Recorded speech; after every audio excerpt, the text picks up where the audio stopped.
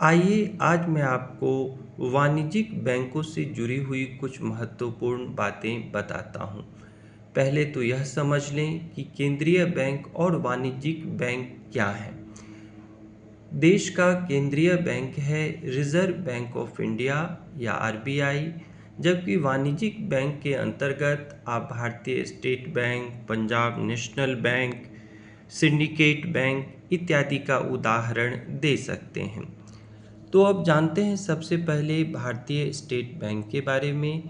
भारतीय state bank का उदय 2 जून 1806 को बैंक ऑफ कलकत्ता के रूप में हुआ था।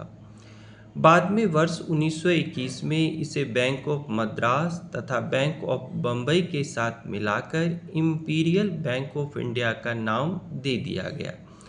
संसद द्वारा पारित एक कानून के तहत 1 जुलाई 1955 को इसे भारतीय स्टेट बैंक के रूप में परिवर्तित किया गया।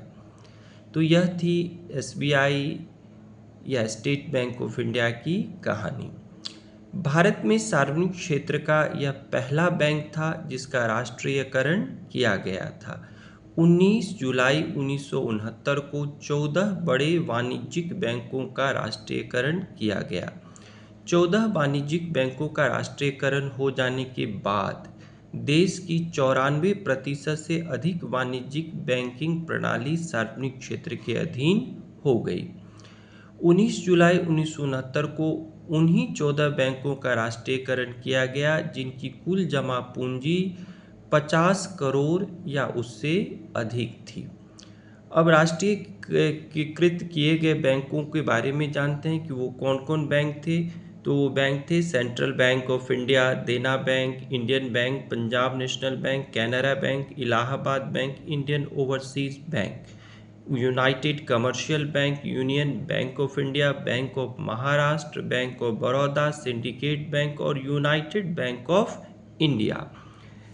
15 अप्रैल 1980 को 6 और वाणिज्यिक बैंकों का राष्ट्रीयकरण किया गया।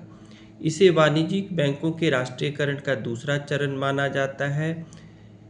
इस समय में किए गए राष्ट्रीयकृत बैंकों की सूची इस प्रकार है: Andhra bank, Punjab and Sind bank, oriental bank of India, new bank of India, corporation bank, Vijaya bank.